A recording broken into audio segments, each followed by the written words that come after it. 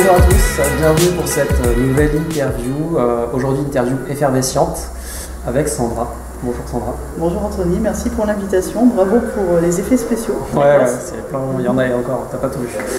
Alors aujourd'hui, interview effervescente, on va la faire de manière ludique, comme j'aime bien le faire. Et puis surtout, on va faire une interview quête d'essence. Et pour cette interview, j'ai demandé à Sandra d'illustrer les réponses à mes questions. Et donc vous allez voir ses talents et elle va vous expliquer qui elle est, ce qu'elle fait au travers de ses dessins. Alors première question pour toi Sandra. Ok. Et premier dessin. Quelle héroïne es-tu? Quelle héroïne je suis? Alors, j'aime bien parler de Game of Thrones, du coup je vais faire une petite référence.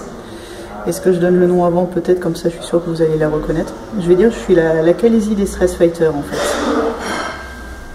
Khaleesi à lunettes parce que c'est moi. Donc voilà, il faut être réaliste aussi. Et en fait, comme elle, je voudrais élever une armée de Stress Fighters. Et puis soulever ces gens-là pour lutter contre toutes ces armées de Walking Dead qui travaillent un peu partout et qui sont en train de se transformer en zombies. Alors attends, parce que Stress Fighter, Walking Dead... ouais, j'ai un univers à moi, t'as vu? C'est un truc de fou. En fait, les Walking Dead, c'est les gens qui sont dans un travail qui leur convient plus. Ouais. Et qui sont en train de s'éteindre progressivement parce qu'en fait, ça ne correspond pas à leurs valeurs, à leurs ambitions. On va dire que c'est bleu parce que j'ai pas de bleu, puis je préfère le vert, donc ça va être vert. Comment elle est habillée, la demoiselle? Elle a un truc en portefeuille. Donc les Walking Dead, ok. Alors les Stress Fighters? Les Stress Fighters, c'est ce que je forme moi. En fait, ce que je fais, c'est que je fais de la sensibilisation au burn-out avec des références geeks. Et notamment une de mes vidéos, ça tombe bien, c'était sur Game of Thrones, où j'expliquais comment on reconnaissait les symptômes du burn-out avec des personnages de Game of Thrones. Là, j'ai de bonnes épaules. Alors combien de doigts? J'ai plus de doigts. T'as plus de doigts, t'as les moignons. J'ai plus de doigts, j'ai des moignons. Bon, alors tu vas me dire comment tu fais ça avec les moignons? Non, c'est parce que j'ai les poings fermés, parce que je lutte en fait, c'est ça. D'accord. Et j'ai des bottes. Je me bats avec des petites vidéos, je me bats avec des messages un peu à référence en fait, pour expliquer ce qu'est le burn-out, ce que ce n'est pas. Ouais. Et du coup, j'ai fait une première vidéo, c'était contre la loi travail, où j'avais mis des piles et des œufs pour expliquer que le burn-out c'était une pile qui s'oxydait, pas une pile qui se vidait comme on dit trop souvent, et que finalement les œufs sous la pression ils finissent par tomber, par se casser. Et c'est ça le burn-out, en fait, tu te retrouves à plat comme un œuf. Et pareil, avec Game of Thrones, tu peux parler un peu des symptômes avec des personnages. Et il y a aussi une image que j'aime beaucoup, c'est Tetris. Donc à chaque fois, on est sur des références un peu geek pour expliquer à quoi ça ressemble les symptômes. Par exemple, Tetris, c'est le moment à la fin où les piles tombent. Les piles. Lapsus, je mélange mes images. Les briques tombent super vite. Et en fait, tu contrôles pas. En fait, tu as l'impression que le truc, il va trouver pour toi, tu peux plus rien faire. Et juste avant le burn-out, le burn-in, c'est ça en fait. Le burning. C'est le moment où tu ne peux plus vraiment contrôler et tu sens que tu perds vraiment le contrôle et c'est le moment où si tu réagis pas, c'est là que tu vas perdre en fait. D'accord. Ok, alors bon, tu as déjà un petit peu répondu, mais du coup tu as... Je fais un petit peu du joli vert. Question numéro 2. Hop, on va le mettre sur sa tête. Quelle est ta quête? Ma quête. Ma quête, c'est former mon armée de Stress Fighters. C'est-à-dire que pour l'instant, il y a trop peu de gens qui sont informés sur le burn-out en fait. Il y a un peu de messages de sensibilisation qui existent, mais très très peu. Il y a encore des fausses idées qui circulent. L'amalgame entre burn-out et dépression, ça traîne encore, c'est pas possible. Et il y a vraiment un travail d'information. Il y a un travail d'information des proches aussi. Parce que la personne qui va dans le burn-out, en fait, elle s'en rend pas compte. Comment je vais faire? Tiens, je vais faire des... quête en image. Ma quête en image, je vais faire mes œufs.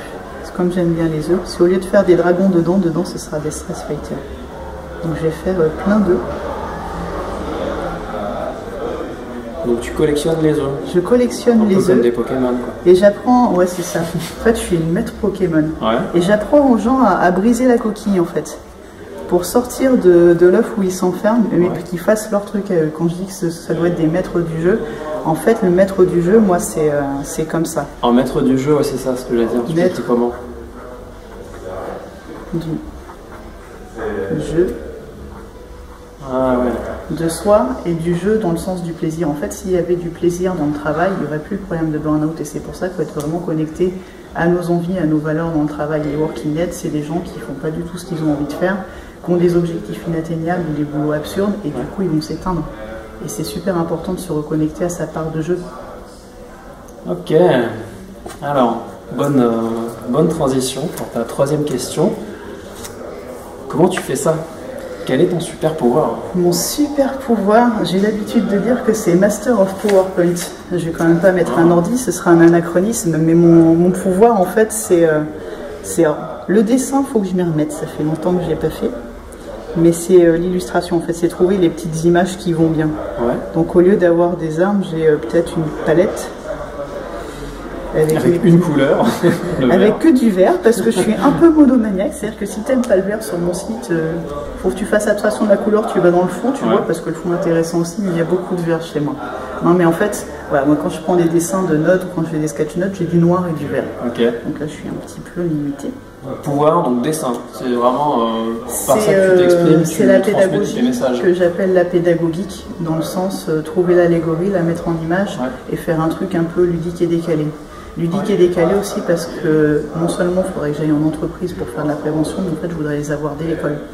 Pour qu'avant d'aller sur le monde du travail, on comprenne les attentes irréalistes qu'on peut avoir, qu'on n'est pas obligé de dire oui à tout, qu'on n'est pas obligé de répondre à ses mails la nuit, et ce genre de trucs, je voudrais le dire avant qu'ils y arrivent en fait. Ah ouais, donc là tu veux toucher avant qu'il soit Working Dead en fait. Avant Working Dead, bah, en fait moi je laissé trop tard, c'est frustrant. Ils s'appellent comment ça là?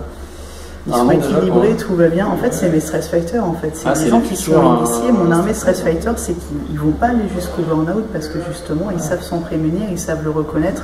C'est un peu, pour rester dans Game of Thrones, c'est la garde, tu vois.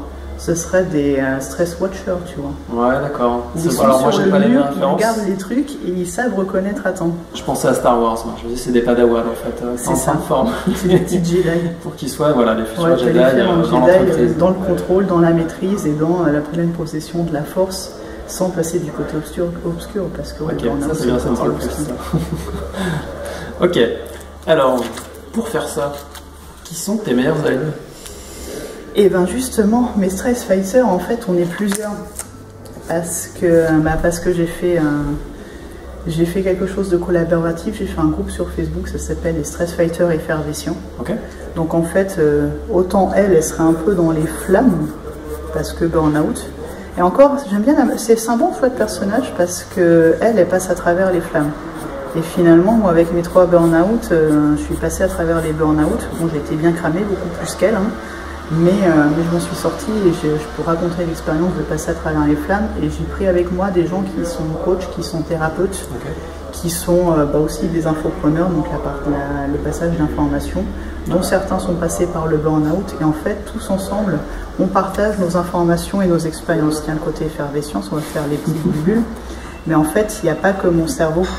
Il y a plusieurs cerveaux autour de moi qui sont des gens qui sont par exemple intervenus dans ma formation, parce que dans ma formation on est plusieurs à intervenir, et qui sont dans mon groupe Facebook où en fait chaque personne qui travaille dans la lutte contre le burn-out ou dans la prévention du stress, la gestion des émotions, toutes ces choses qui font qu'on va apprendre à s'écouter, que finalement on ne va pas passer du côté obscur de la force.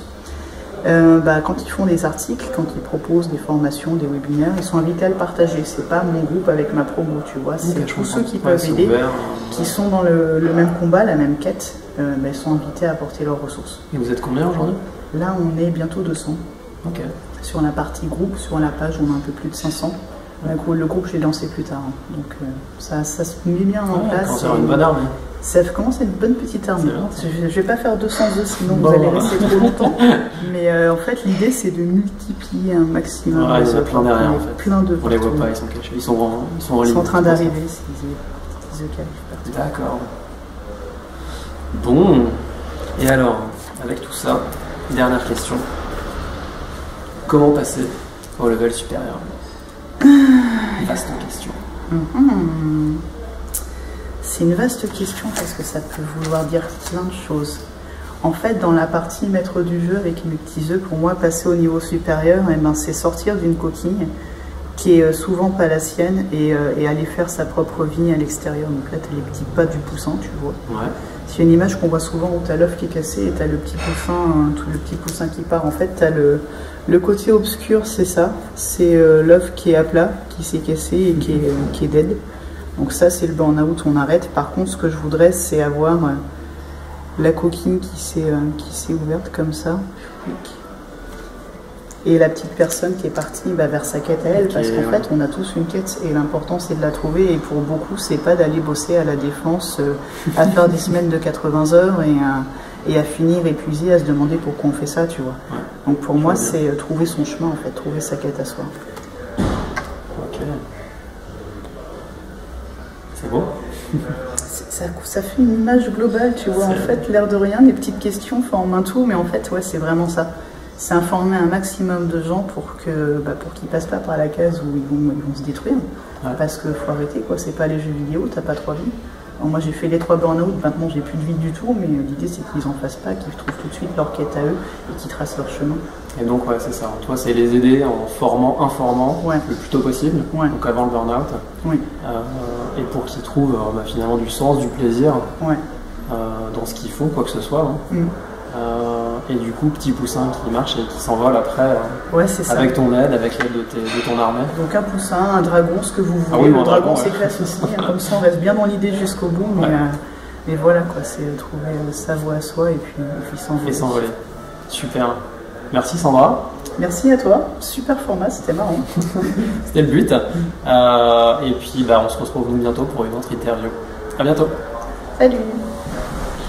Super. Écoute, on est arrivé? Ouais. C'est bon là? Ouais, ça va. Top.